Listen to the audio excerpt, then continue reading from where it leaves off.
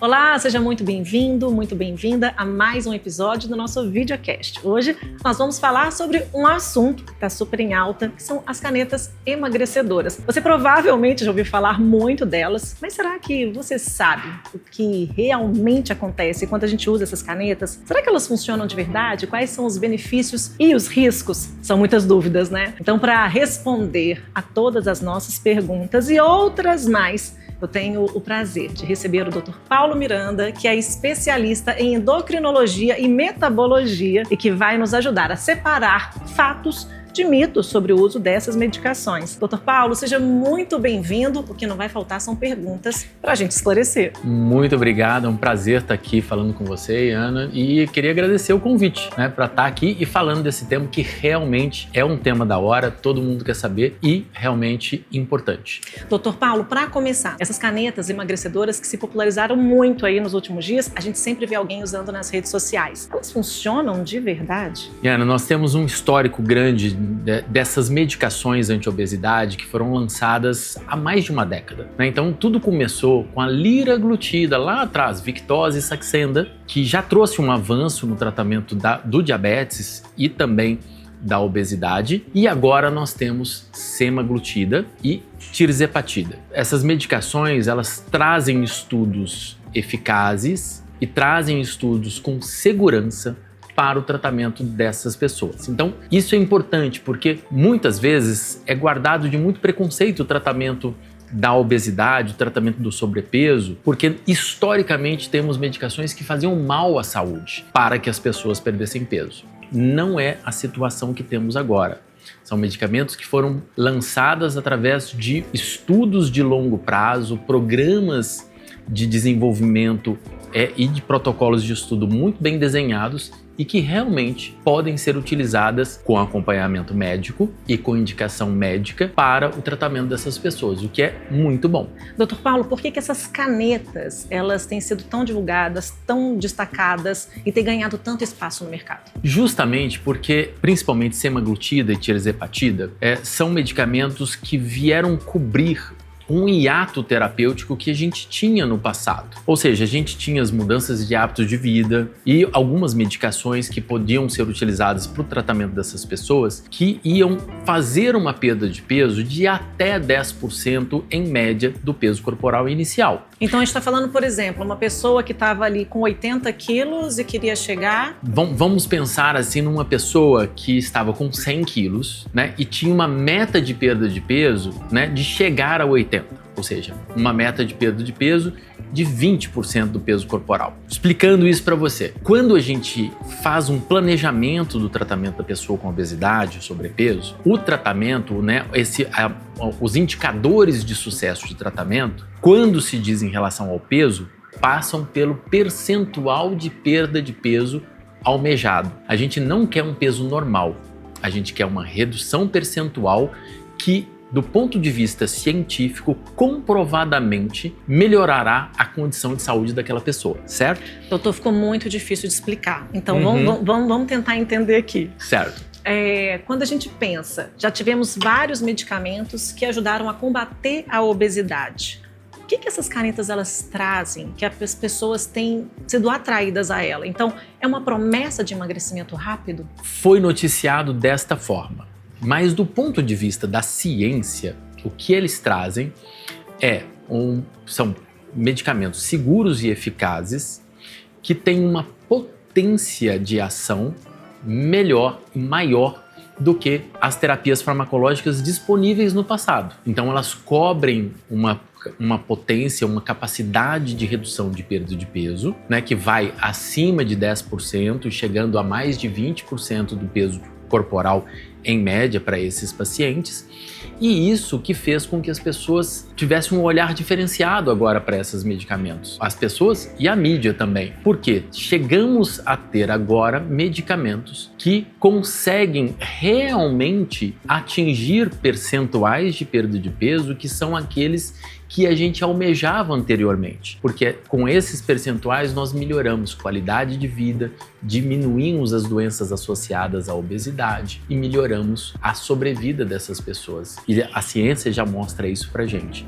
Então, com melhor eficácia, temos então uma maior atenção para esses medicamentos. Quando a gente fala dessas canetas emagrecedoras, tem alguns nomes que a gente já até decorou. Ozempic, Mounjaro, Wegovy. Qual que é a diferença dessas três? Elas agem da mesma forma? Semelhantes. Primeiro, eu vou pontuar uma coisa. Quem me conhece sabe que eu não gosto da utilização do termo caneta emagrecedora. A gente sabe que as pessoas reconhecem esses medicamentos por esse termo, mas a gente gosta mais de utilizar medicação anti-obesidade, que foi para o qual estas medicações estão aprovadas, pela Anvisa, pelos órgãos de regulação. Então, isso é um ponto importante. Agora, sobre a diferença delas. Semaglutida e tirzepatida. Semaglutida é comercializada no Brasil sob o nome de Ozempic e Wegovy. Ela é uma medicação de uso semanal, com boa eficácia para perda de peso. Nos estudos mostra em torno de 16% de redução do peso inicial. Em quanto tempo? Em 1 ano de tratamento. E é uma medicação eficaz e segura, ou seja, tem vários estudos que comprovam segurança e eficácia dela. E a classe medicamentosa, ela é um análogo do GLP-1, que é uma molécula produzida no nosso corpo que regula a produção de insulina e regula a nossa saciedade. Então, é um medicamento que faz com que a gente sinta menos fome? Ele é um medicamento que faz com que a gente sinta menos fome, sim. Exatamente, o mecanismo de ação dele é central, é no cérebro, no qual ele regula a nossa saciedade. Mas qual que é a diferença desse medicamento para um outro regulador de apetite? A diferença é que as vias de sinalização cerebral nos quais as medicações atuam sob o controle do apetite são diferentes. Esta classe nova, onde tem liraglutida, semaglutida e uma classe diferente, que é a tirzepatida, que eu falo para você daqui a pouquinho, elas atuam sobre um sistema, o sistema incretínico e o sistema GLP-1. Outras medicações atuavam sobre o sistema serotoninérgico, noradrenérgico, dopaminérgico, entre outros que estão relacionados ao controle do apetite. Isso é porque o nosso balanço energético, Yana, ele é intrincado por uma rede de mais ou menos 10 sistemas que regulam a saciedade e outros 10 que regulam a fome. Então, este balanço ele é muito complexo. E aí a gente pode ter várias vias de atuação para que a gente consiga modular o apetite das pessoas e consiga tratar a obesidade.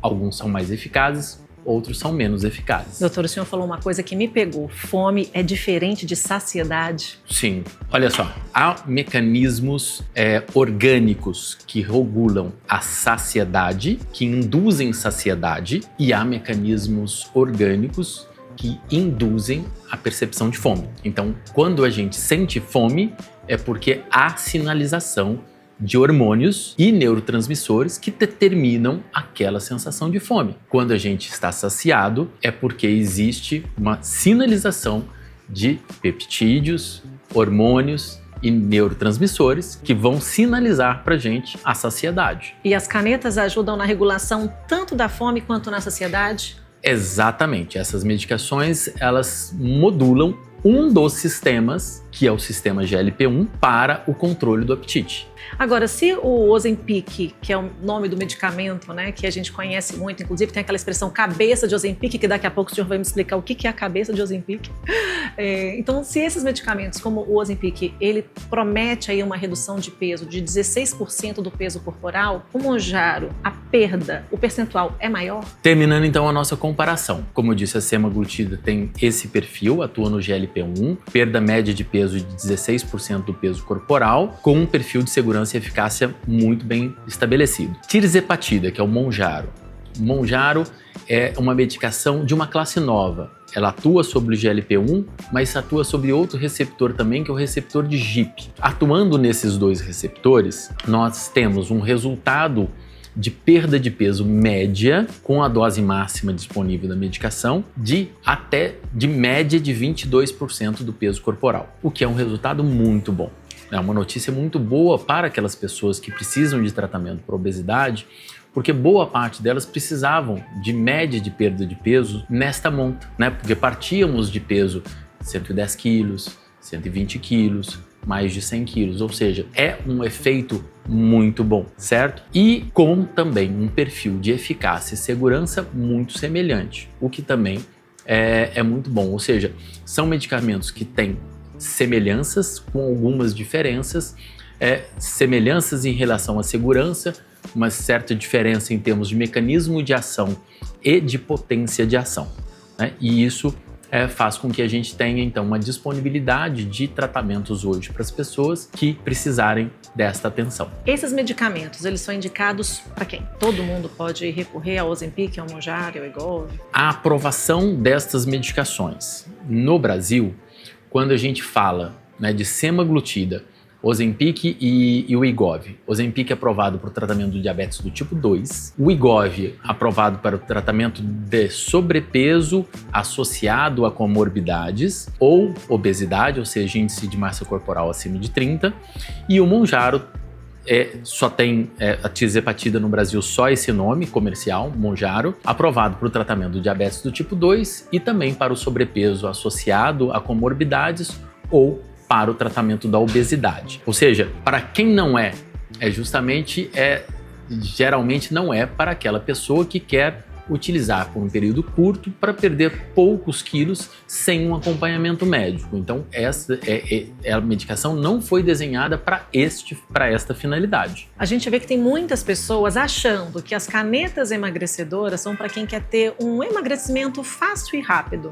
É mito? É uma percepção equivocada, né? Então, como eu disse, a gente deve diferenciar o que é o desejo social de perda de peso, que é exatamente isso que você colocou para nós, né? Pessoas que precisam perder pouco peso ou que desejam perder peso e não precisam perder peso por questões de saúde, daquelas pessoas que têm uma indicação pela saúde para o tratamento com essas medicações. Pessoas com obesidade, pessoas com sobrepeso, pessoas com diabetes do tipo 2.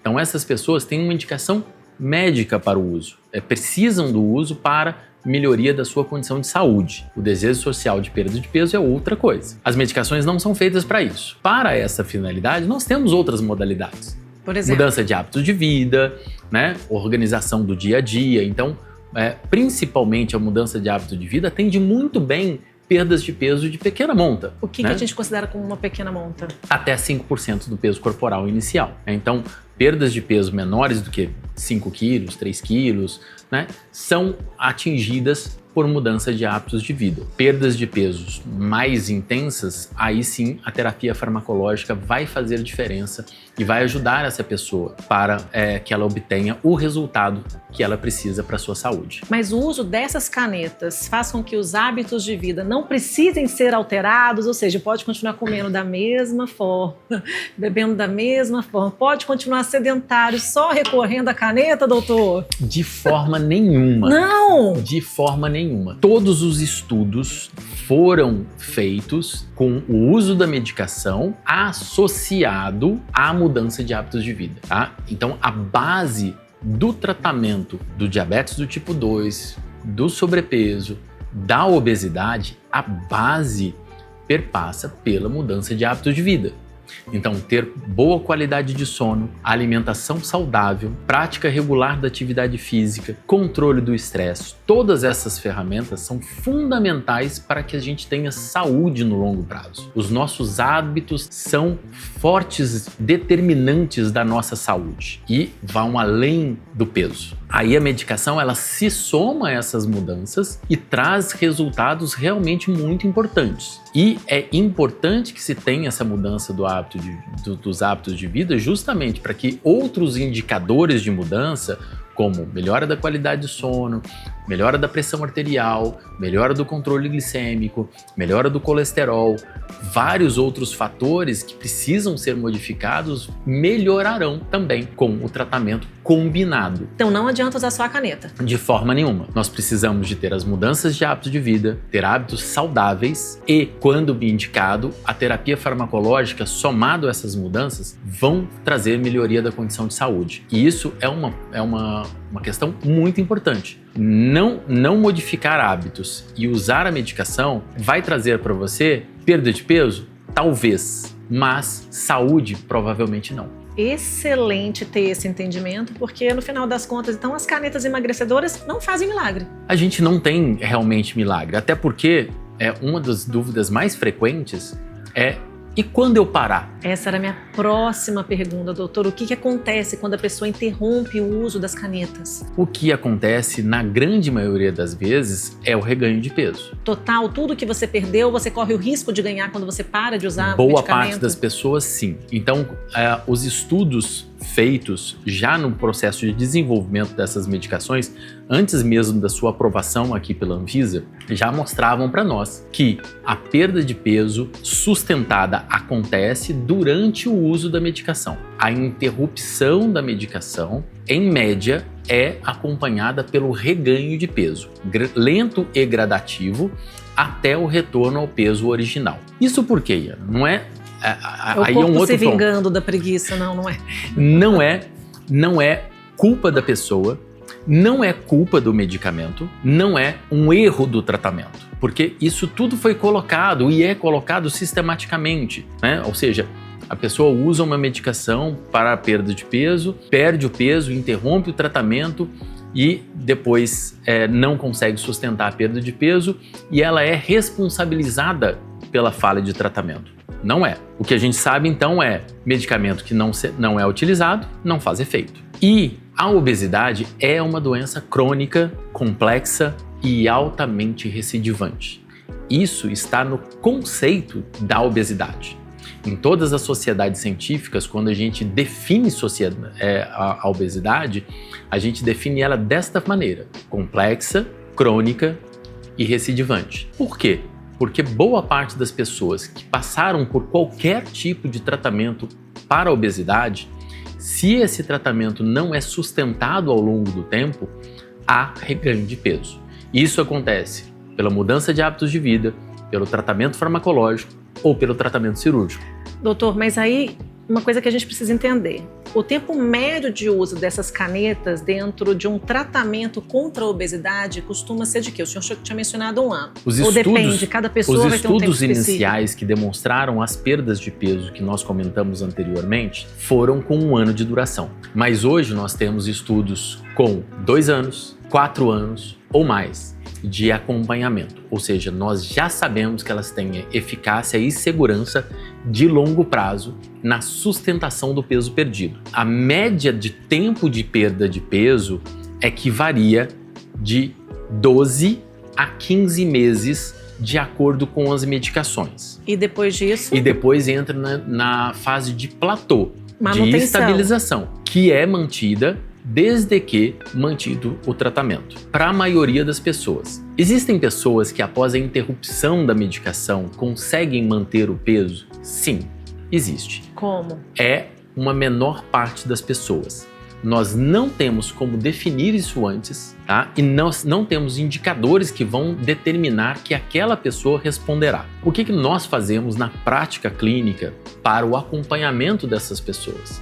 É justamente desde o início do tratamento a gente esclarecer que trata-se de uma condição de saúde crônica, trata-se de um tratamento que vai ser utilizado por longo período e a partir do momento do atingimento da meta de perda de peso, nós podemos tentar utilizar uma dose mais baixa, fazendo uma redução gradual.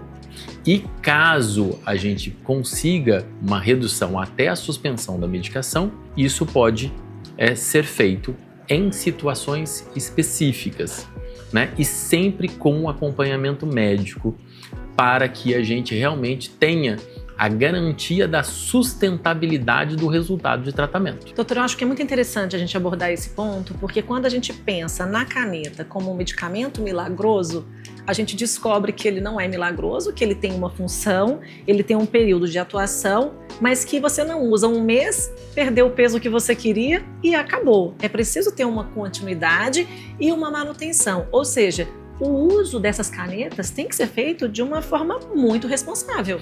Com certeza, responsabilidade no uso é a palavra, Iana, você utilizou perfeitamente.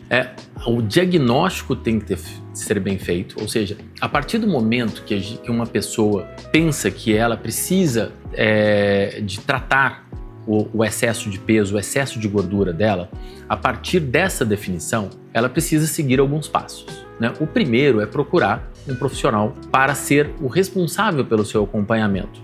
De preferência, alguém com boa formação, uma avaliação médica, no qual alguns exames serão solicitados, a história de vida dela, a anamnese, o exame físico será feito, um diagnóstico será feito com este atendimento, mais exames eventualmente laboratoriais quando necessários, e a partir desse diagnóstico vai ser feito um planejamento de tratamento. Esse planejamento é a jornada da pessoa, ou seja, quais serão os caminhos que enfrentaremos, quais serão as estratégias adotadas, quais serão os indicadores de sucesso e o que a gente está tratando realmente. Peso, pressão, colesterol, triglicérides, a glicose, todos esses aspectos são avaliados. A perda de peso, a circunferência abdominal, o percentual de gordura corporal, ou seja, vários indicadores são avaliados para que aquela pessoa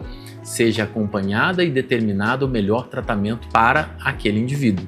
Quem que pode prescrever as canetas? A prescrição é apenas o médico. Mas alguma especialidade ou qualquer médico? Não, a prescrição é uma prerrogativa, né? A prescrição destas medicações é uma prerrogativa da medicina, mas não é limitada por especialidade.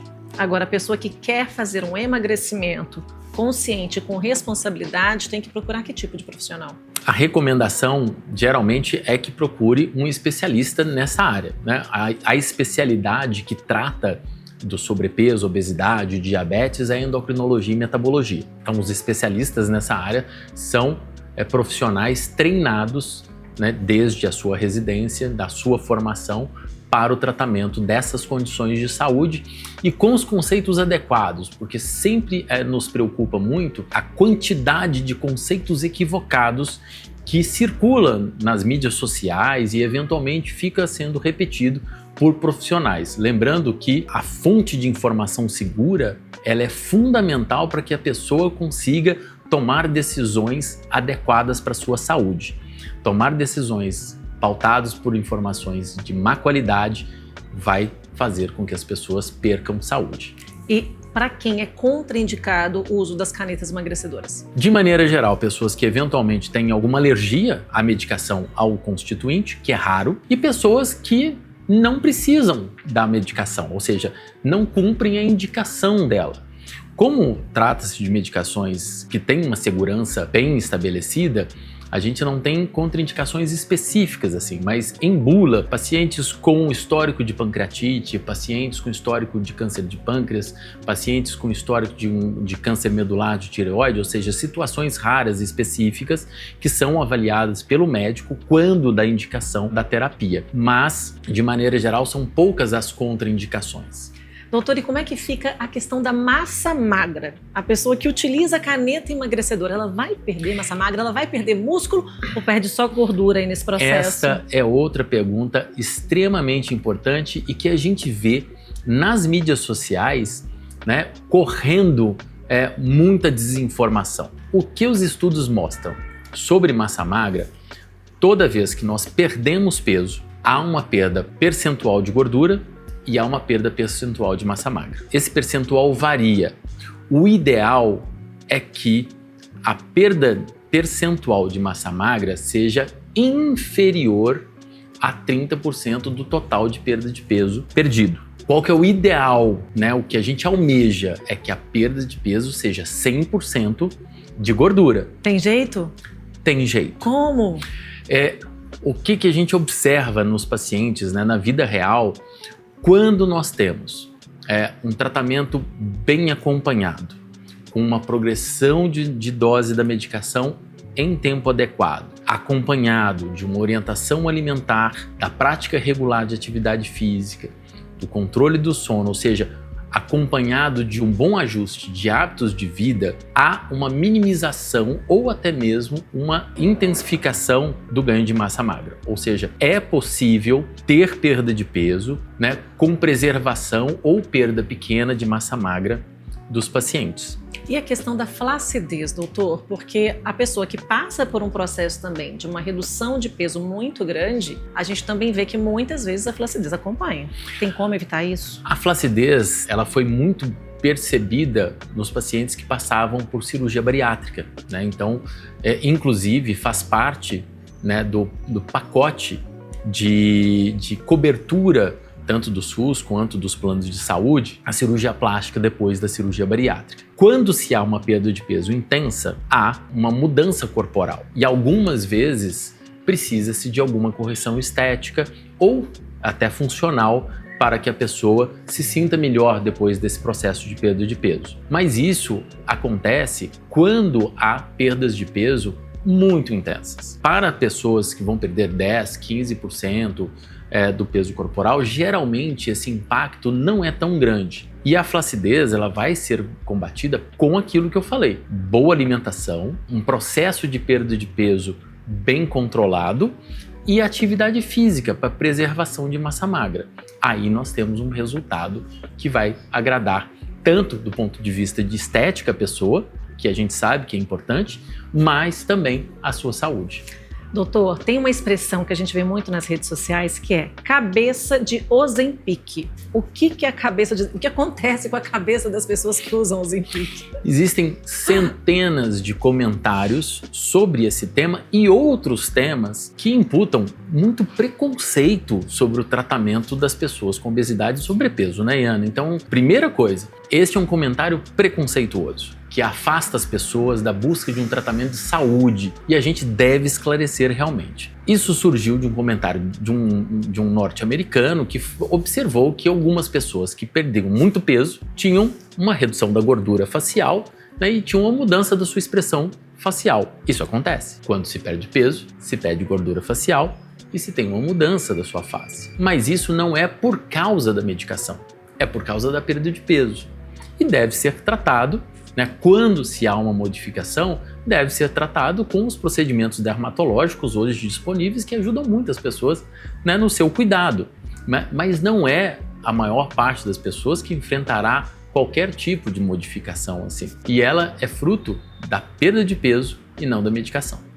Doutor, e na hora de comprar um medicamento de tanta complexidade, tem que procurar lugares sérios, né? Com certeza. A gente viu aí no passado situações muito complexas, como falsificação, venda de medicamentos em locais não habilitados para isso, e isso a gente vê até hoje. Tá? Então isso é um alerta das sociedades científicas feitas hoje, né, de que a medicação deve ser comprada nos lugares habilitados, de confiança, e o cuidado para essa venda, né, de promessas, não só de milagres, mas também de preços muito baratos, diferentes. Desconfie, porque pode ter um problema aí.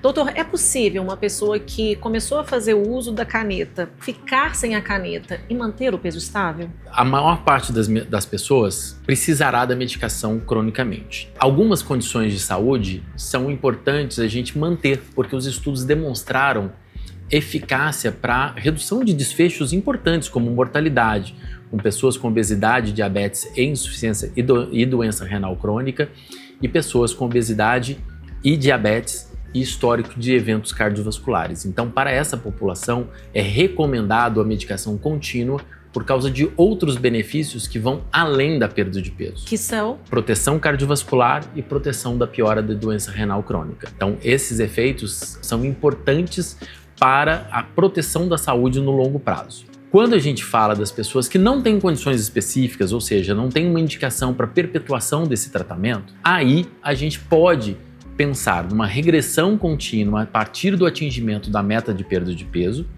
e aí a gente regride a dose até a possibilidade de retirada. Conseguindo retirar, a gente vai ter que fazer uma monitoração desse peso, tá? E estabelecer um corte, ou seja, se reganhar até certo ponto, a gente volta. É o que a gente chama de intermitência, certo? Então, podemos fazer uma intermitência de uso de acordo com esta resposta individual, mas sempre com muito cuidado, atenção e mantendo os hábitos de vida saudáveis. Doutor Paulo, a gente falou muito dos benefícios das canetas, mas existem riscos?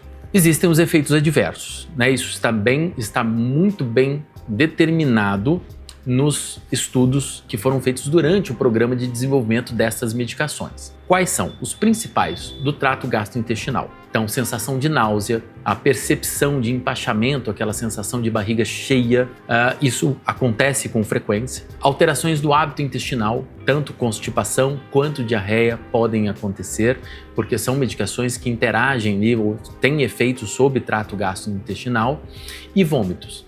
Então, do ponto de vista do trato gastrointestinal, estes são os principais efeitos colaterais. Como minimizar isso? Acompanhamento médico, ajuste da dose de acordo com necessidade, para que a pessoa enfrente o menor número de efeitos colaterais, tenha sua segurança e a eficácia do seu tratamento. Doutor, existe alguma possibilidade desse medicamento acelerar alguma outra doença e aí ter que ter outros médicos envolvidos? Ou você tá só o acompanhamento ali de um endocrinologista, metabólico, um nutrólogo é suficiente? Tem que ter uma junta médica, assim, é uma equipe formada para poder cuidar desse paciente? O tratamento da obesidade, ele geralmente é multidisciplinar. Mas respondendo à questão da possibilidade de piora de alguma condição de saúde, não temos constatado ainda uma necessidade de monitoração de outras condições de saúde, porque geralmente ela demonstra benefício para as principais doenças associadas à obesidade ou diabetes. Então, geralmente não. A equipe multidisciplinar, ela é geralmente formada pelo médico, no meu caso, eu sou endocrinologista, né? Então, um médico, nutricionista, psicólogo algumas vezes, alguns pacientes precisam de um acompanhamento terapêutico que vai ajudar muito nesse processo, profissional de educação física ou fisioterapeuta, né? E essa equipe ela pode estar centrada num local só, num centro, ou ela pode ser montada para atender o paciente dentro da sua necessidade, mas ela deve conversar entre si para que a gente tenha um melhor resultado no longo prazo. Então a gente está falando de um medicamento que é complexo, que não faz mágica, que exige esse acompanhamento muito próximo e de um profissional de saúde que tenha conhecimento dessa área da saúde. Definitivamente, essas medicações, Ana, são uma revolução no tratamento da obesidade. Isso é fato e é verdade. Mas, como você mesmo alertou, não são milagrosos, né? São medicamentos baseados na ciência que trazem uma boa condição de saúde, desde que aplicados da maneira correta, com acompanhamento médico adequado.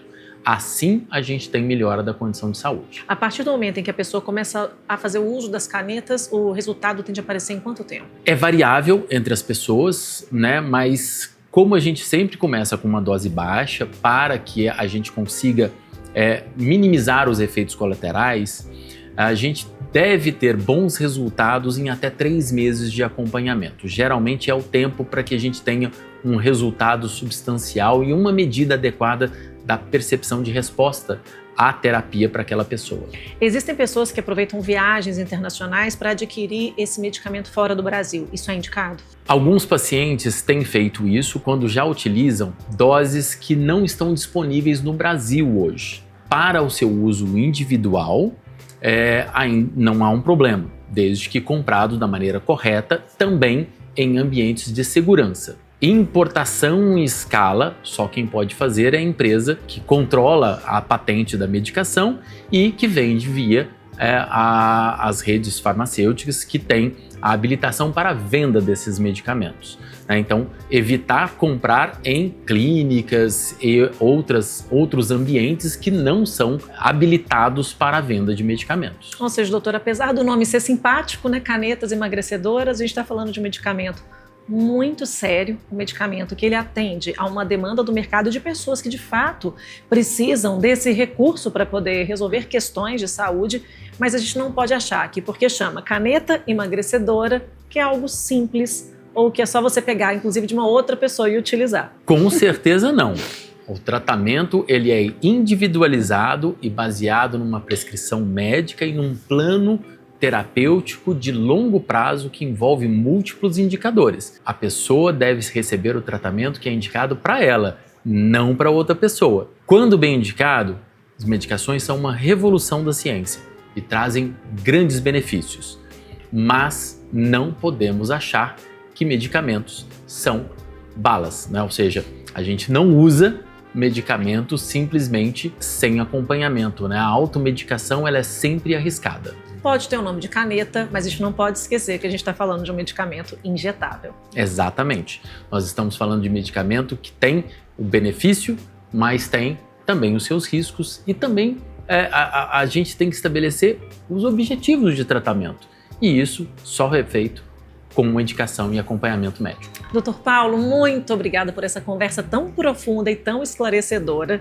Tenho certeza que quem está assistindo entendeu o que é mito e o que é verdade. Muito obrigada por essa conversa.